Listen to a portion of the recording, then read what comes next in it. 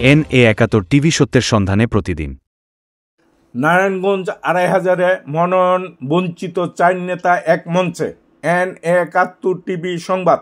নারায়ণগঞ্জ ২৫০০-এ বিএনপির ৫ নেতা মনোনয়ন যুদ্ধে অংশ নিয়ে প্রাথমিক মনোনয়ন তালিকায় নাম লিখিয়েছেন কেন্দ্রীয় কমিটির ঢাকা বিভাগের সহসাংগঠনিক সম্পাদক নজরুল ইসলাম আজাদ। এতে মনোনয়ন বঞ্চিত হয়েছেন ফ্লোরিডা প্রদেশের বিএনপির সভাপতি নুরুল হক নুরু, কেন্দ্রীয় মহিলা দলের সাংগঠনিক সম্পাদক পারভিন আক্তার, ৩ বারের নির্বাচিত সাবেক এমপি আতাউর রহমান খান আঙ্গুর, কেন্দ্রীয় কমিটির সহ অর্থ বিষয়ক সম্পাদক মাহমুদুর রহমান সুমন। উক্ত ৪ নেতা সোমবার ১০ নভেম্বর বিকালে ২৫০০ সদরে বিএনপির পার্টি অফিস চত্বরে এক মঞ্চে একত্রতা প্রকাশ করে বক্তব্য রাখেন। তারা বলেন, মনোনয়ন পূর্ণ বিবেচনা করে ৪ জনের একজনকে মনোনয়ন দিলে ঝাঁপিয়ে পড়বে নির্বাচনে বিজয়ী হয়ে উপহার দেওয়া হবে এই আসন। ৩ বারের নির্বাচিত এমপি আতাউর রহমান খান আঙ্গুর বলেন, ২৫০০-এর জনসাধারণ মানে না এই মনোনয়ন। পূর্ণ বিবেচনা করে উক্ত ৪ জনের একজনকে দিতে হবে মনোনয়ন। পরিশেষে বলেন, তিনি নির্বাচন করবেনই।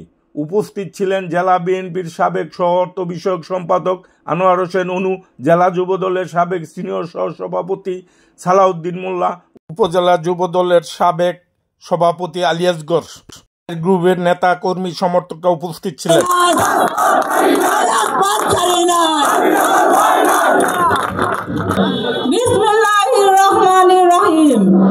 ঐতিহাসিক ৭ই বিপ্লব সংহত দিবস উপলক্ষে আজকে আলোচনা সভার সম্মানিত সভাপতি আমাদের ২৫০০-এর গর্ব সাবেক ৩ বারের সাবেক এমপি আলহাজ আতাউর রহমান খান আঙ্গুর।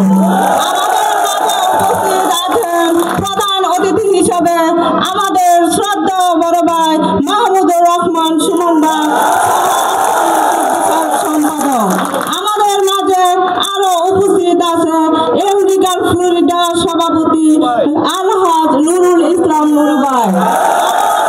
আপনারা জানেন, দীর্ঘ 18টি বছর আমরা নির্যাতিত হয়েছি, আমাদের নামে অগণিত মামলা হয়েছে। আপনারা কেউ এলাকায় থাকতে পারেন নাই, ঘরে থাকতে পারেন নাই, প্রতিদিন কোর্টে হাজিরা দিতে হয়েছে, আদালত পাড়ায় ঘুরতে হয়েছে। তাই আমি বলবো, আজকে আমাদের সময় এসেছে গণতন্ত্র ফিরে আনার, ভোট অধিকার ফিরে আনার।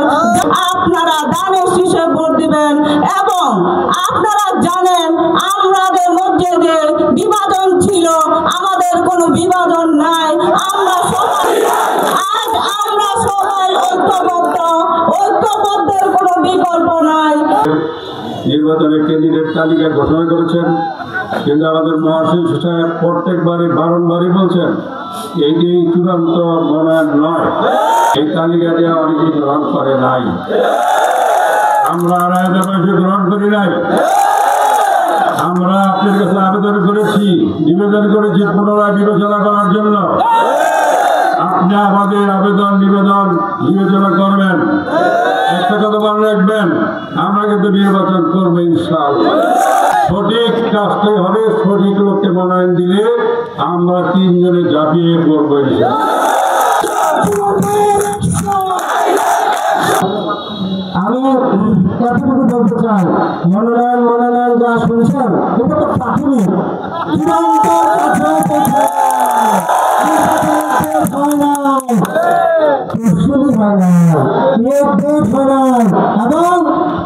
আমাদের যে নমিনেশন ফর্ম, সেই ফর্মই ছাপা হয় না, ফর্ম বিক্রি হয় না। এটা একটা লিস্ট আরো বাড়তে পারে, কমতে পারে, কিন্তু নমিনেশন করা হয় না। যোগ্যতার ভিত্তিতে ইনশাল্লাহ আমাদের প্রান্তীয় নেতা জনাব তারেক রহমান সঠিক সিদ্ধান্ত নেবেন, সঠিক সময়ে আমরা সেটা বিশ্বাস করি। কারণ ২০ লক্ষ মানুষের প্রাণ জনাব তারেক রহমান শুধু ২০ কোটি মানুষের প্রাণ না, ৭.৫ লক্ষ মানুষের প্রাণের স্পন্দন আমাদের জননেতা জনাব তারেক রহমান। সেই সিদ্ধান্তের পরে আমরা সিদ্ধান্ত নেব। তবে কোন সন্ত্রাসী, চাঁদাবাজ, ডাকাত এবং সেই মাদক কারবারিদের পক্ষে আমরা অবস্থান নেব না। মানুষ নিরাপদ না, তার আমানত রক্ষিত থাকবে না, তাদের পক্ষে আমরা তারপরে অবস্থান দেব না। কারণ আমি শেষ করবো একটি হাদিস দিল, হযরত মুহাম্মদ সাল্লাল্লাহু আলাইহি ওয়াসাল্লাম ইরশাদ করেছেন, মনোযোগ দিয়ে শুনবেন।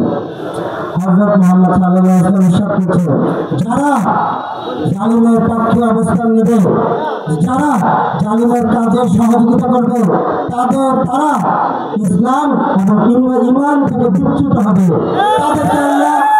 তাদেরকে আমাদের মহান স্রষ্টা আল্লাহ জাহান্নামে নিক্ষেপ করবে।